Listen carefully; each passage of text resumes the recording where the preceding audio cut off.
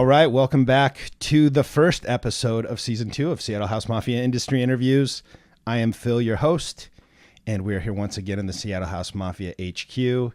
I personally couldn't think of a better way to kick off 2024 with someone who's been consistently making waves in the Seattle dance music community. Our guest today, he's a resident of the Cuff Complex, was a part of the Lost Crew before they retired.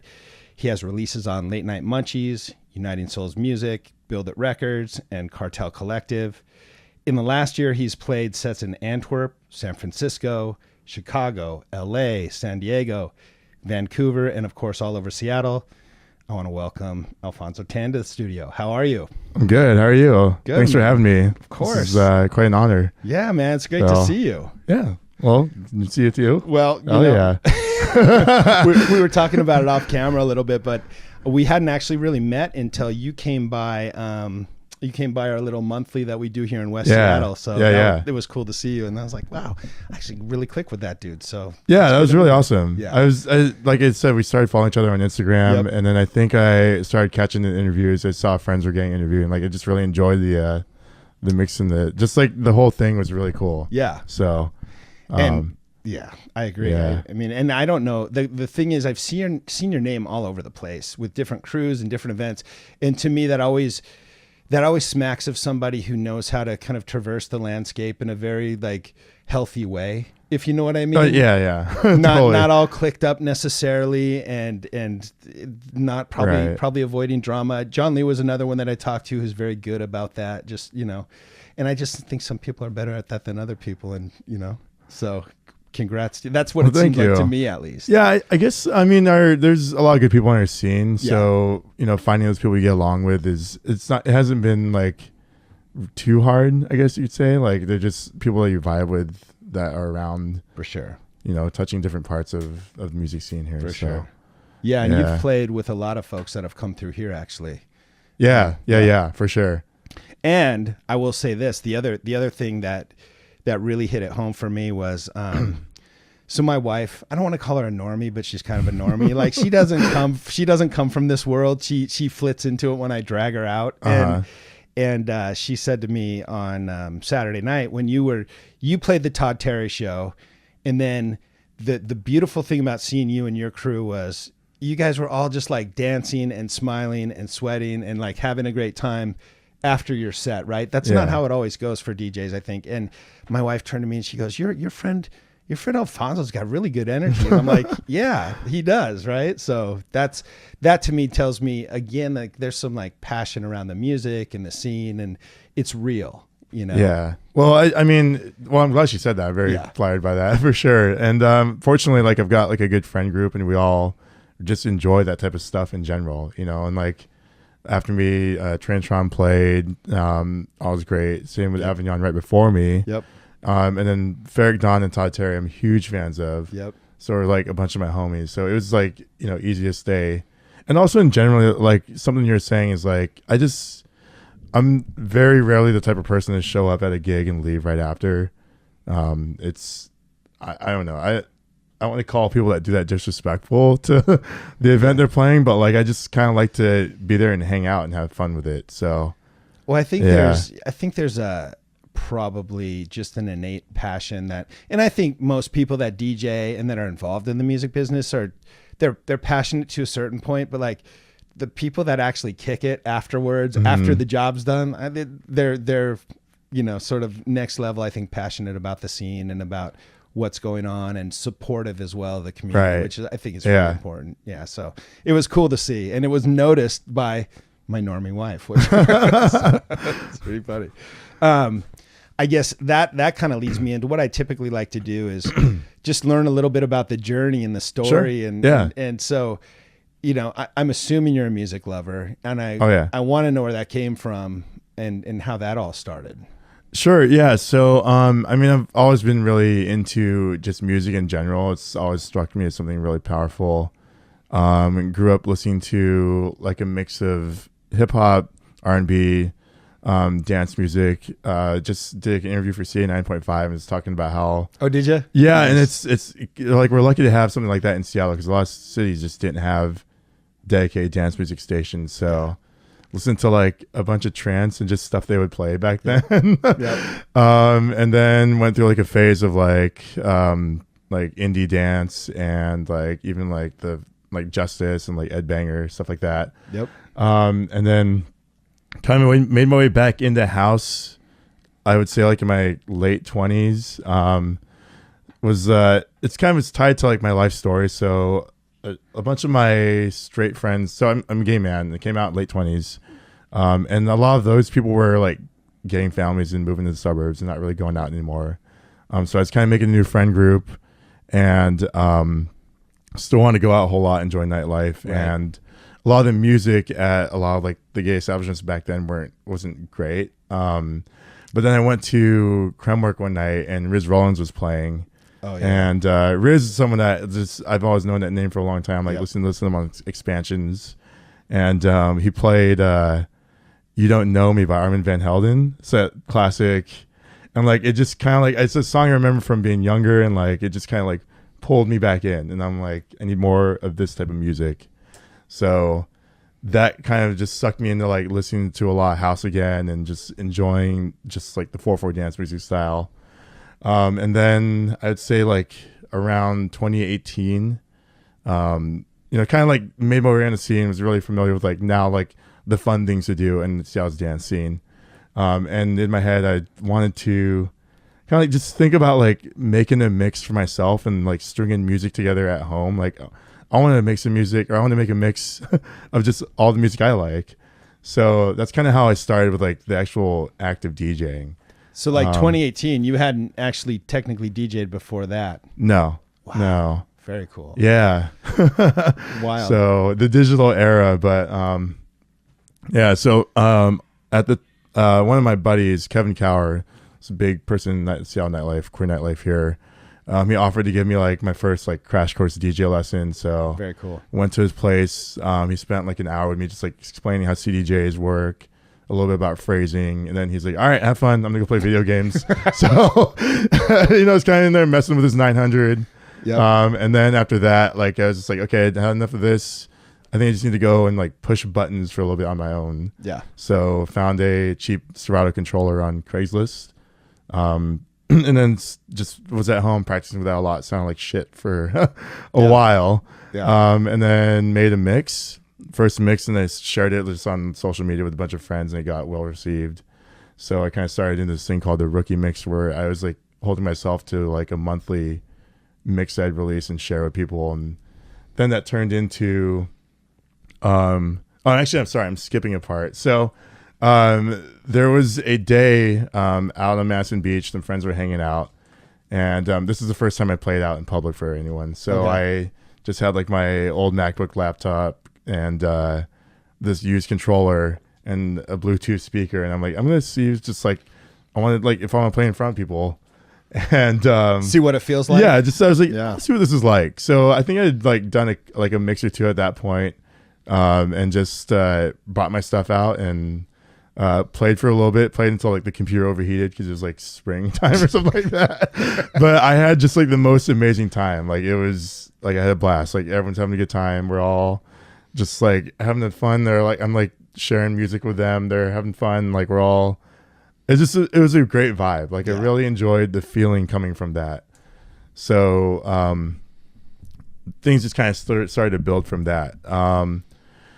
Let's see what happened after that. Played a house party, and then I decided that I wanted to start trying to play in venues, but realized that I'm like, I don't have any clout, right? Like I'm not gonna just like walk up to someone, right, and be like, hey, can I play here? Or I was trying to make friends in the scene, but I still just felt like that wasn't like I didn't have enough like of a weight to throw around or ask for stuff like that. So I ended up throwing a party at the Underground for just friends of mine, and like I'm like, okay, well maybe I can just round up enough people to break even on this thing and DJ in front of people. This was just... That was the end of 2018. Okay, got it. Wow. Yeah. So was talking to Mark from the Underground, and he just got me set up, and so I threw an event, learned also a lot about like throwing events and stuff like that. That whole side of things, promoting, that leads into like a little side thing that I was doing for a while. But that's how that kind of started. And that gave me like a platform to give other people opportunities, and it also helped me kind of like become more of a person in the community, right? Which led to more gigs with other crews and stuff like that. So yeah. Well, and I feel like, and by all means correct me if I'm wrong, because I feel like you're straddling a few different communities, honestly. And I know they converge in certain places, but I mean, you're doing gigs with the queer scene, but then you're also doing gigs with like, I don't know what we call the house scene, or just kind of that Monkey Loft crew. And again, I know there's some convergence, but how did you manage that and traversing those two different worlds, or are they that different? I mean, they're not entirely different. Like there is a lot of overlap with just people that attend the events, right? And also, fortunately, Seattle is like a very welcoming city. Like Flammable is a very queer accepting event, you know, and so my straight friends have played, you know, some of the gay events and stuff because they just have like a force in the city. So there's a lot of like solid overlap with that, I think, and I think also just like showing up and being a face in both spaces is really important for that. Yeah. So just like supporting and showing interest in being involved in the different things is like how that, I guess that's how that works. Yeah. Yeah. Well, I know, I was telling you off camera about my gay neighbors that took me to Pride in San Francisco in 2000, but you know, they were doing like white parties and circuit parties. Right. And I have no experience with those. So were you also getting into tapping into that world as well? Yeah. So it's kind of funny, like that whole thing you mentioned about like I played Antwerp, San Francisco, Chicago. Right. A lot of that stuff is like, fortunately, like there is this lane of like gay parties. Right. And I've been fortunate enough to like gain enough notoriety in that scene. I mean, they look where people want to bring me to these parties. Are they off the hook or what? Because they look pretty crazy. Yeah, some of them get pretty wild, and they're pretty big. Yeah. Played a couple big ones this year, so that was cool. Oh, very cool. Okay. So, just fortunate that has like been like a massive opportunity to share my sound with people in different areas and stuff like that. So that's so cool. Yeah. And then you have also, obviously, you know, I've seen you on bills for Monkey Loft. You played Flammable, right? I have. Yeah. That was a lot of fun. That was when it was at Cherry. Yep. So, it's love Flammable. It's hard not to love it. Yeah. I mean, yeah. Okay. Interesting. Yeah. And then this all sort of kicked off 2018 and you picked up speed pretty quickly, it sounds like, which is great to hear. Right. And then these gigs like the San Francisco, the LA, the Antwerp, those were more on the gay side of things. Okay. Yeah. Oftentimes when I'm traveling somewhere, it is for a gay party or something like that. Got it. Yeah. Do you have a preference which parties you play?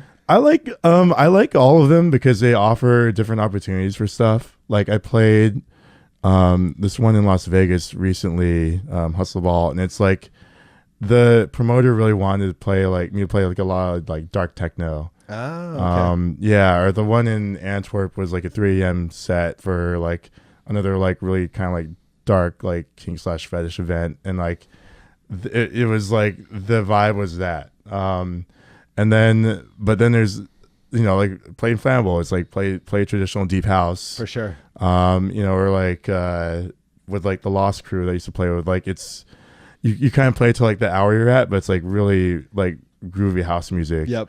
Yeah. So it's just like I like the opportunity to do different things, and I feel like just having these opportunities lets me like just explore different sides of myself. Yeah. And share my style for like what they're going for.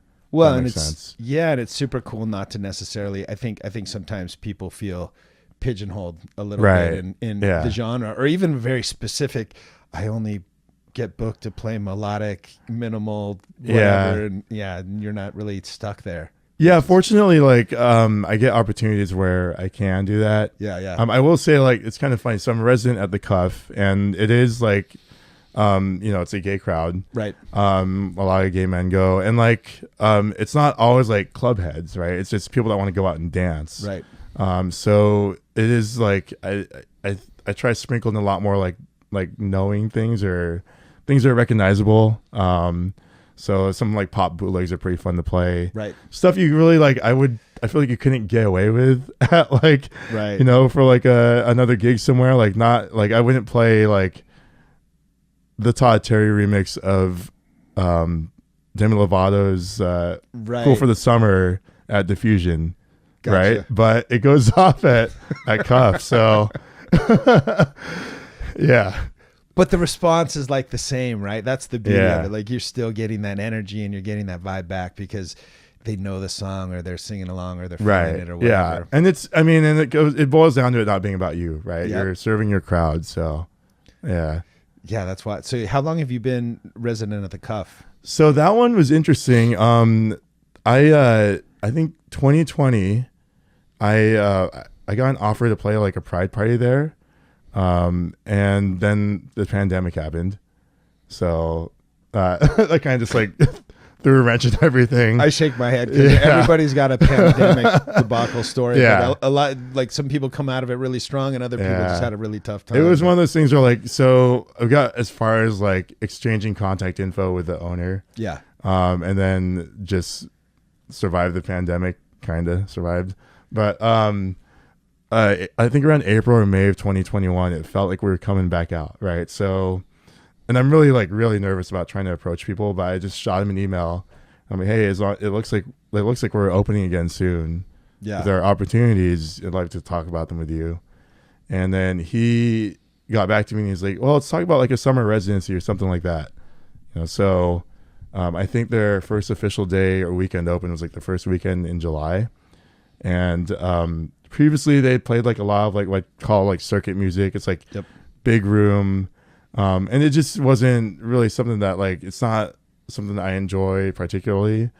And I came back and I was like their summer resident playing house music, and the club just really went off. Oh, okay. So they were into yeah, it. They didn't so know they were going to be into it, but they were into it. Yeah, and it led into, let's just make you a resident for, until today.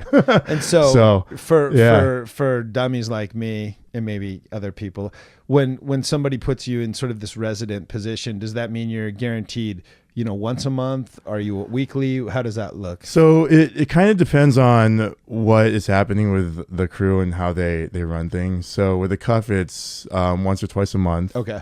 And it's kind of flexible with like, there's 2 other residents. So we just like try to fit our schedules together. Right. Because you have gigs other places right. too. Yeah, right? yeah. So that's how it worked with them. And then with the Lost crew, Sean Majors and Gene Lee were kind of the heads of it, and they would sprinkle myself, Griffin Girl, Wesley Holmes, and themselves and Eric Allen just throughout the year. So we would like a couple residents would play each party, and then they'd bring in guests from the city. Got it. So yeah. Yeah. Okay. That's helpful. Yeah. It's just, I had, back in the old days, I guess I'd call them residencies where they were weeklies, where I was just sort of playing for the venue, a lot of open format stuff. But I always wondered with those crews, like how that works when they bring you in and become a resident. Yeah. I think everyone treats it differently. Yeah. It just yeah. So, but it's nice to have that. Like, there's like it's like, okay, well, like this is like a somewhat regular time to be playing. So well, and it sounds like the Cuff, for instance, they're flexible enough to say, well, if you got a gig at the Monkey Loft or if you're out of town for something else, you guys can work with each other and make sure that the music's covered. It's going to be a badass night, regardless of who's going to be there, whether it's Alfonso or somebody else. Right. Yeah. It's not like you have to play the first Saturday of every month. And don't you dare take another gig. Right. Yeah. I've heard of that happening too, though. Oh yeah. Yeah. That'll happen too. Don't you go to another venue when you're right. That's weird. Yeah. Not them. That's cool. There's a New Year's Eve where I did both crews in one night. So that's so cool. Yeah. And I don't know if how much you want to talk about this, but there was like news this weekend from the last weekend. Yeah. Stuff that happened at the Cuff, and was it at the Pony too? At the Eagle and the Cuff. The Eagle. That's right. Yeah. It's crazy. So, and like, I hope I don't like misspeak about the laws around this, but basically, there's like this old law, and I think it was put into place for like worker safety at strip clubs. So like you can't have nudity and alcohol in the same space. Right. And I know for a long time, like the LCB Liquor Cannabis Board they would be on gay clubs for men in like shirts off or jock straps. And over the weekend, it was more like a raid with this like LCB and Jet involved.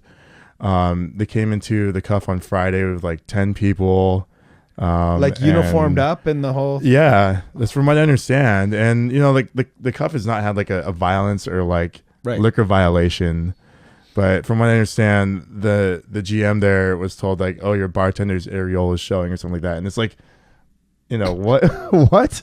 So it's kind of ridiculous because it's like, this is a safe space. Like no one's hurting anyone. Like this is also kind of like how we express ourselves. And that's that scene, right? Right. Yeah. And then from what I understand, they went to the Eagle on Saturday night and they were, like shining flashlights and actually took photos of people. And like, this is like, not everyone is like fully out or they have like, this is their safe space. And it's very, very threatening to be doing that. So you actually make a really good point. I didn't think about that. Like there could be a lot of people that are there that aren't fully out and their families don't necessarily know. Yeah. It's their pressure release or whatever. Yeah. Yeah, totally. Wow, that sucks. So, and this isn't the first time it happened.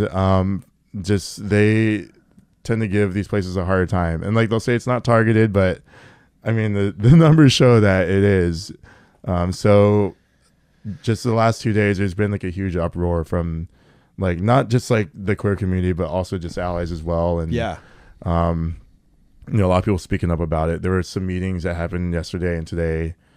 Today was like one for public comment. So Kevin Cower, Joey Burgess, owner Cuff, some of those people that are like business owners and just people in our scene were able to provide comment, and hopefully like a point was landed and like some action will be taken. And is it who's behind that action? Is it the city? Like, is it our city council, or is it like who's sort of saying go fuck with these guys? So this is like where I think it's a mix of people, and like this is where I need to do more homework. But the Liquor Cannabis Board is part of it. Okay, they enforce it, and then there's like a team of like authorities that are like SPD, the fire department, and they do kind of like a team up like violation check or something like that. So. And you can imagine what it's like when like that type of like group walks into an establishment.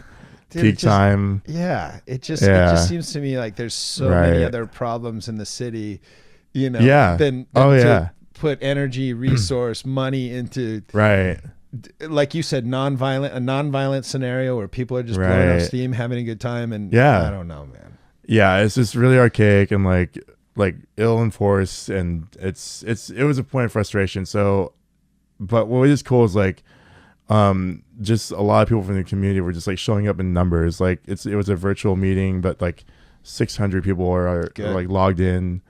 I think that's another thing. It's like if like there was like 10 people that showed up, I think the point would be harder to land that this is a problem. But fortunately, like the community is able to rally and show that like we are tired of this. So yeah. Well, and that's what I'd ask you, and you may not have an answer now, but please, if you can follow up with me. But if there's guys like me who are not so connected in that scene, right? But like obviously I'm an ally, and obviously I care about the music scene and just Seattle arts in general. Like how would somebody like me sort of support this bullshit not happening anymore? Because that's what it seems like. I think that like just things like showing up on the call, being like a number there. Like even yesterday you weren't able to talk, but logging in and showing that like we're here and we're listening.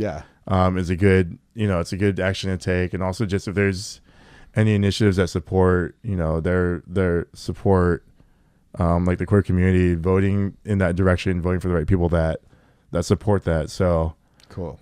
Those are the ways to do it, probably. No, I appreciate that. Yeah, it just seems like a little bit ridiculous. I'm just trying to wrap my head around the whole thing. Like, so whatever. Yeah. Well, that's I guess that could lead into just some other, thoughts around in general, like in the scene today. And let's start with Seattle. But I know you've played out of state. Are there things just in general, and we're talking, I guess, about multiple scenes for you, but are there things that you would change, as we look at it today, sort of at a macro level? I would say just trying to get more diversity on lineups. Okay. Really just like more people of color, more women, more people from the queer community. Just making them more actively like diverse. And, you know, you just, after a while, it gets kind of like stale if you're seeing the same, like, you know, I know it's just white male, but like, you know, if it's a middle-aged cis white male. Yeah, I got you. There's just a lot more art to be shared when you bring in these other communities, for sure. Yeah. And we can build together. And I think that like we do have to be conscious about doing these things. We can't just say we're going to do them. And, you know, I think, and also like the thing is, it doesn't necessarily come natural to people. You have to be kind of just intentional and sometimes like say something stupid, but learn from it. Right. So, right. You know, it's funny. I've heard very similar feedback before, kind of from other folks that I've talked to. So it's obviously a theme that runs through. Like, and to be like honest, like it's a big problem in the gay scene actually too. Like I mean, I can name like the DJs that are DJing at my level in that scene. I can probably name like less than 5. Wow. But like mainstream, if you look at like Asian DJs, sorry, DJs in the gay scene that are Asian, right? And like, yeah, but in like the bigger spectrum of things, I feel like they're even like they're doing a better job in some ways. So, I mean, it doesn't, you know, it's just all over basically is what I'm trying to say with that. Yeah. But is it just an awareness issue? Is it a promoter issue? Is it a venue issue? Is it like a little bit of a bunch of things? I think it's a mix of stuff. It's like, you know, there's awareness and then promoters. And I think there's also like a little bit of fear about numbers getting hurt or something like that. Yeah. So there's a lot of things that come in and they just, it's like there's not one thing that can be blamed. I feel like there's a lot of factors, but those are certainly some of them. Gotcha. Yeah. Gotcha. Yeah. Any on a lighter note, since we just got into some heavy stuff, but that's good. No, man. This is I asked you because this stuff concerns me. Like I was born and raised in Seattle, right? And I think you're local too, right? Yeah, from Everett. So this place matters, and it matters to me when I see shifts in the wrong direction. Right. And that shit pisses and me off. and right now, let's say we kind of have to be hyper aware about that stuff happening. Like not to get into politics, but you know, things are, if people feel empowered to shut other groups down. Yep. You know, it's important. Tends to happen more. So yeah. Well, so you've played. I think you've played some pretty wild gigs, is my guess. I mean, is there any like super funny, interesting, embarrassing, awkward gig story that you have that like comes to mind where you're just like, oh my god, I don't even want to talk about it? Well, it's okay. So it's funny, but those are the best ones. Yeah. So I would say like when I kind of started, like my eyes were getting open to like Seattle's music scene. Right. Very quickly, Griffin Girl and Shawn Majors became favorite DJs of mine. Yeah. They're so both like, wicked DJs. Yeah, though, and like right? myself and my homies, like they actually were all good friends too. They know them. Like we were just kind of like, if they're on the lineup, we were like going to go to their show. For sure. Right. So that's how we like we started going to Lost a lot. Yep. Made friends with Emily. And there's 2 stories about this. Perfect. So the first part is like, so now like we're buds to Emily, summertime 2018, and I think she's like, oh, come kick it with in the booth with me, and I'm like, yeah, okay. So I'm back there like kind of dancing around, and at the time I didn't know who Gene was, and Gene plays with like a tractor controller and a laptop, so he's getting ready to like mix out at Emily. And I think I was just like taking up too much space or something like that. And he was just like, he's like, hey, could you like give me some room here? And I'm just like, oh shit, who's this guy? And like I was just like, sorry, man. Like I wasn't a DJ at the time, so I was like, okay, what's you know, so I think the next Lost, Gene walks up and he's like, "Hey, I didn't mean to be like an asshole to you. Like, I just wanted to, like, I just felt like you were giving me like not a lot of space to do my thing there." Right. And he just wanted to make sure like I wasn't shied away or like. So I was just kind of, I appreciate his apology. Right. I felt stupid for doing it. Totally. Yeah, and then you know, It was nice you apologized. yeah, Actually. Yeah. some. Very aware of him too. Yeah, for sure. And he is a very aware guy. Totally. So it's like, yeah. And then some time passes, and I think it's like January, February 2019. And Gene messages me, and he's like, "Do you want to play Lost?" And I'm just like, "Yeah." So it was pretty tight because I'm like, okay, I got my first Lost gig. It's huge. Yeah. Like I love that crew. For I love the night.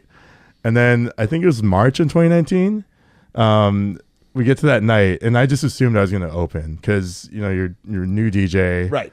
It's just You're warming it up, right? Right. Yeah. But Sean Majors wanted to open, so I was like, cool. I get to play like 11 to midnight instead. Wow. So he gets done with his set, he unplugs, and he's just like, give me a hug. He's like, have all the fun, man. This is gonna be really cool. I'm like, I go in to mix in from him, and like, just like go to like hit the cue on my track. And I hit the cue on the wrong CJ and stop the music. Oh boy. Yeah. And like, this is the biggest gig I've had at this point. And Right. I'm just like, oh my God. So I think what I did is like, I just looked at the mixer and threw the volume back up on the track that he had mixed out of. So there was music back in the room. Right. And then I tried to do my thing on the stop CJ. Right. So like recovered as fast as I could. Right. But then I was thinking about that for like 3 weeks. I was like, yeah. damn.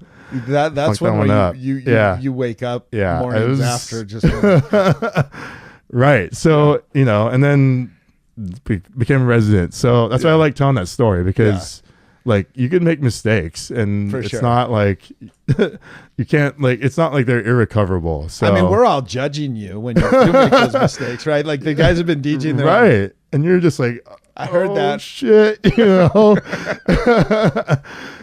That is cool though. It's cool Yeah. that you can look back on it now because that we've all done it. Oh yeah. I mean, it still happens every now and then, and you just kind of laugh at it. So back in the turntable days, you just never knew what you were walking into with the turntable and the pitch and one of my first gigs, big gig at Medusa. I put my own needles on, but they were lighter than the house needles, but the house needles were jacked up, right? So I didn't realize that auxiliary weight was on the back of the and it was just super light. And I'm like, well, I can mix in it. It seems like it's tracking okay, but there was just there was no weight on the needle. And so I put it on, mixing in the song. It hits like just the tiniest piece of dust and it goes and for years, man, like it just crushed. But it was the first record of one of my first big gigs. So it made like the sound effect noise that like the sound effect, awkward, the awkward clear the room sound effect noise. Yeah, that was me. But to your point, I became a resident, and it was there you go. But it was just like horrifying. So I understand your pain on that. Well, I mean, presently, so I had a question for you because you mentioned something else.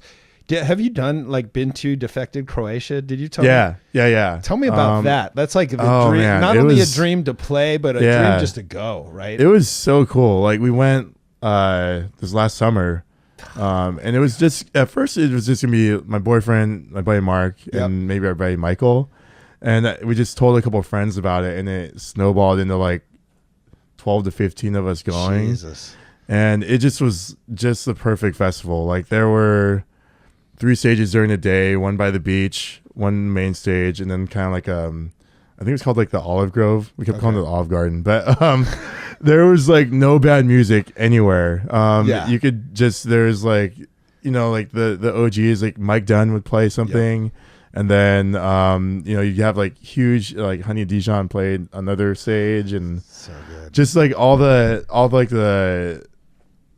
just every corner of like great house music was there. Plus the weather there is beautiful. Right? It did mess us up. a couple times. There was a rainstorm one night. Okay. And then we had this boat party for cats and dogs that we were really excited about, but the waves were too dangerous to be on the boat. Okay. So that was a letdown. But just the whole atmosphere was like perfect. You know, if you think about like just, you know, any underground club here, or just a club where like it's more of like a community feel. Everyone's really friendly with each other and vibing, and like really diverse, like within the age and race and gender. That's what that was. Just everyone having a good time, and you know, no one really causing any problems, and like really just connecting with people over great music. Like it really felt like it just like embodied that spirit. Yeah. So it was fun. Is if you had it your way, I mean, do you have the potential connections to maybe even play a set out there? I mean, I hope so. Yeah. Well, I mean, not yet, but there are things that are happening that might start leaning that way. So hopefully that would be really cool. Yeah. I will say I did, this is kind of funny, but we stayed at the host hotel, and they had like kind of like they're like defected, like kind of like just like people that were not like, you know, big like lineup DJs, but people they're involved with that were DJing at the hotel, and they had this banner that says defected Croatia. And one of my buddies just asked the owner of the hotel if we could play. Oh, cool. Yeah. And you guys, of course, had your USBs with you. Yeah, obviously. Initially, she said no. She wasn't sure if that was going to be okay. Right. And then at the festival, another buddy of ours just runs into Wes Saunders, CO Defected, and he's talking about it. And Wes is just like, yeah, I'd be cool with it. You should do it. So the next day we played for a little bit at the Defected. That's so cool. Hotel. So you got some actual pictures of you. Oh yeah, for sure. Yeah, man, that's the dream. The dream for me would be to do some version of this, and ideal, like if all bets were like some version of this, talking to artists, then also doing a set, and then also just kicking it. Yeah. I mean, totally. But I'm going to go, regardless, I plan to go one of these. Oh, I highly recommend it. Yeah. I've heard nothing but good things. It's really good. Yeah. Super good. Very cool. Yeah. Well, what are you working on like right now? What's, you know, are there things you're working on, or is it just you're chugging away? It seems like I'm seeing your name all over the place. So. I think let's see. Let's split it into like, trying to keep producing, build skills in that, and also just trying to get signed constantly with that. And then like just kind of like I call it like gig chasing. That's kind of like a constant hustle. You just trying to engage promoters and talk to them, which is it's, you know, I took a break from that towards the end of last year because I was just getting really burnt out. It's exhausting, man. Yeah, for sure. You have to kind of put yourself out there, and also you do get ignored and ghosted and passed up. So, and you have to go out a lot too, right? Right. Like that's the tough part if you're working a for sure day gig. Yeah. So it's, you know, I have to kind of like start pounding the pavement with that. So I'm gonna try to start engaging people again and just like getting the calendar filled. And then on the production side, just I'm trying to, I would say, like cut down the time it makes me to finish a track. Is it so I taking can you a try long to get time more. Right, yeah, I think my cadence is about like a month or so. Okay. And then there's the whole like getting it mastered and then pitching it and like getting rejected and then like trying to get signed and stuff like that. So there's a huge process to it. And it's just like I want to start growing in that direction more, like being more of a producer that DJs. So yeah. I was going to follow up with that. So okay, cool. In an ideal world, you would probably be producing more and then being booked based on your production, but also DJing. Yeah. Like I feel like, you know, like I have a lot of, I hope this doesn't sound cocky, but like I feel like my skills as a DJ are pretty developed. I guess you could say. I've gotten like enough feedback to do that, but like I want to just be known as an artist. More so. So I'm trying to push in that direction more, and just be able to like play DJ sets where like I play some of my songs, but also they work with the DJ set I'm playing. So my hunch, and I think actually I talked to Rachel about this, Rachel Vick. Mm-hmm.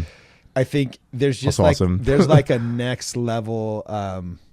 there's like a next level buzz when the crowd's getting off, but the crowd's getting off on your track. Like, it just, that seems like that would be a pretty cool experience. Yeah. It's really cool. And I now can like, I have tracks that like stand up next to like the other stuff I'm playing. Yeah. So that's really exciting. Yeah. It was, at first, really, really scary to like play out your own tunes. And yeah, that was really nerve wracking. I mean, it still kind of is. Like sometimes I won't do it, but sure. Are there moments where you were sure you were going to do it and then you pull it back at the last? Yeah, definitely. Definitely been like, all right, I'm going to do it. And then even like started like, like beat matching and queuing it up, but like, nah. Wow, yeah. So, yeah.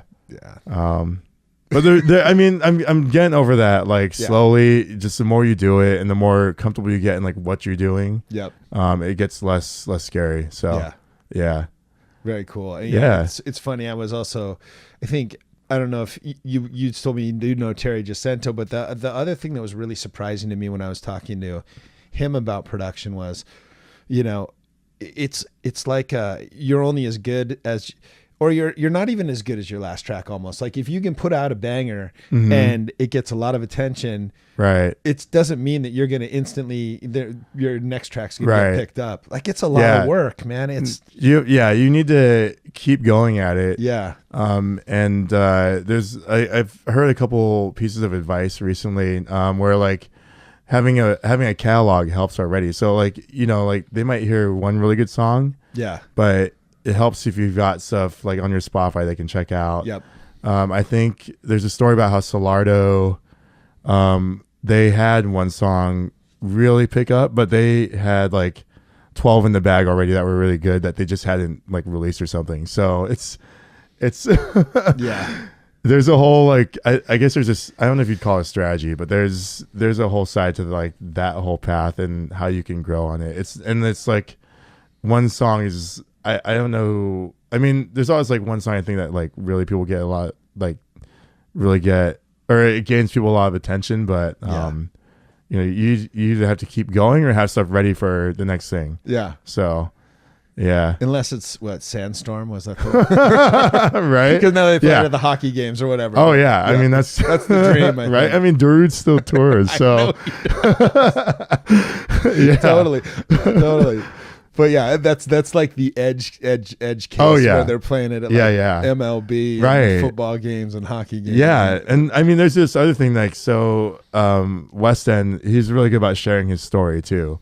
And he recently talked about something on his Instagram where like he has like all his tracks on SoundCloud. Yeah. But it took until like track number 47 or something for someone to get attention, or for someone to get for the track to get attention from people. Wow. So it's just like I think people see like rapid success, but there's always like a longer story behind it. Yeah. So yeah. I mean that is honestly, that's like one of the themes I think of doing this is just exposing that, because I think there's a lot of, I mean, we were talking about people sort of off camera that seem like they're blowing up, but I think in general, there's a lot of struggle and a lot of hard work and a lot of heartbreak that happens before you play Lost, or before, you know what I mean? Or before that track goes number 10 on Beatport or whatever. Like there's a lot of work that goes into it. And I think people make this assumption that they just have it easy for what they make excuses, right? Right. They got it easy for whatever X reason.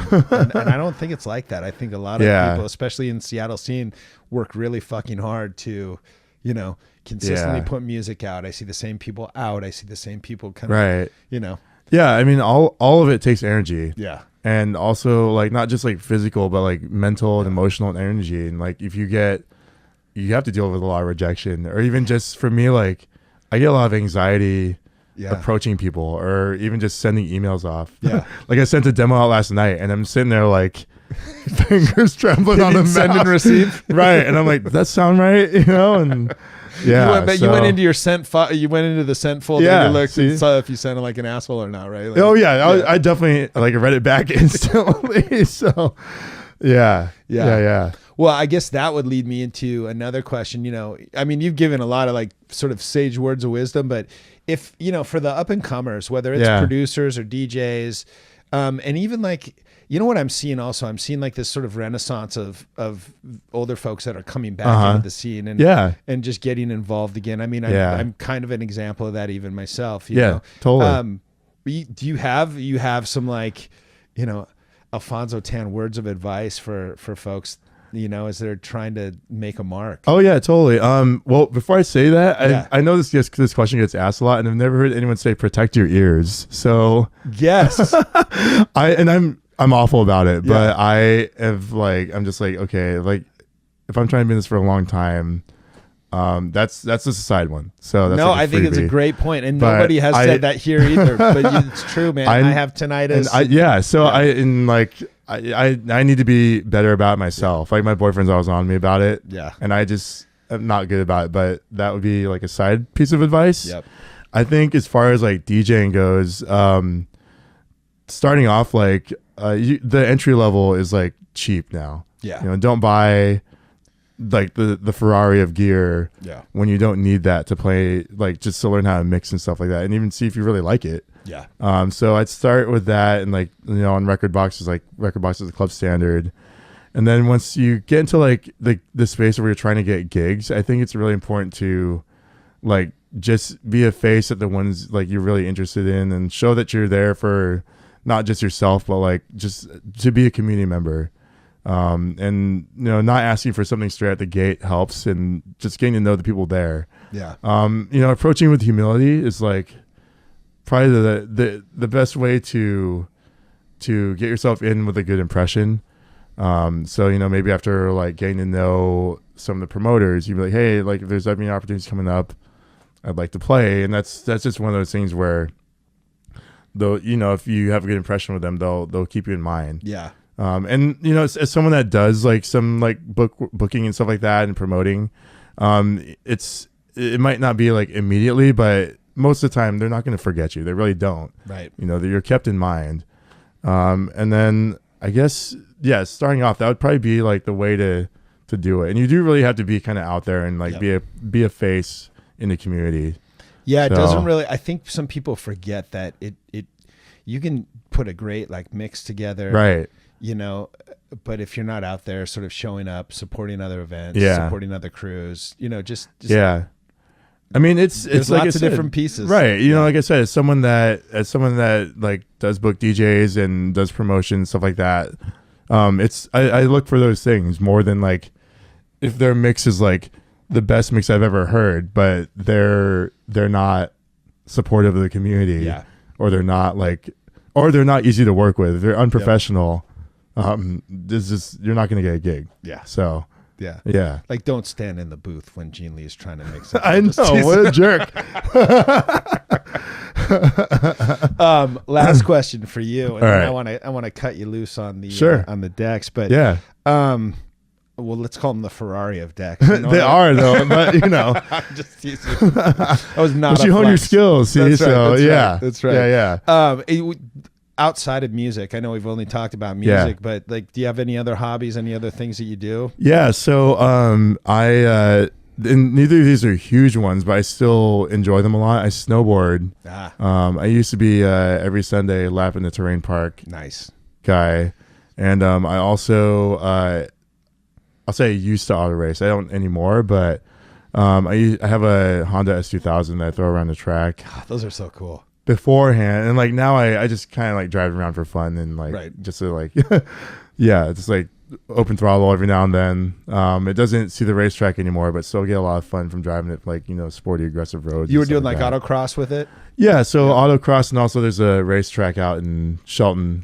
So I go out there and throw it around there. So I'm a little bit of a car guy. Oh, cool. But nice. not that super. I love cars, man. So they're all like even though I don't spend a lot of time with the car anymore or like working on it, I still like to like keep up on like, you know, sport cars and stuff like that. Current technology. But that particular car special though. That's that's a cool car. It's a timeless. So cool. Yeah. Well, anything you want to say? Like, I know we covered a lot, but is there any events coming up? Anything you want to shout out? And if you don't have it, or if you feel on the spot, that's fine. Any crews, whatever. Like, is there anything we missed that's coming up for you? So I guess my next gig is at the Cuff next Saturday, the 10th. Nice.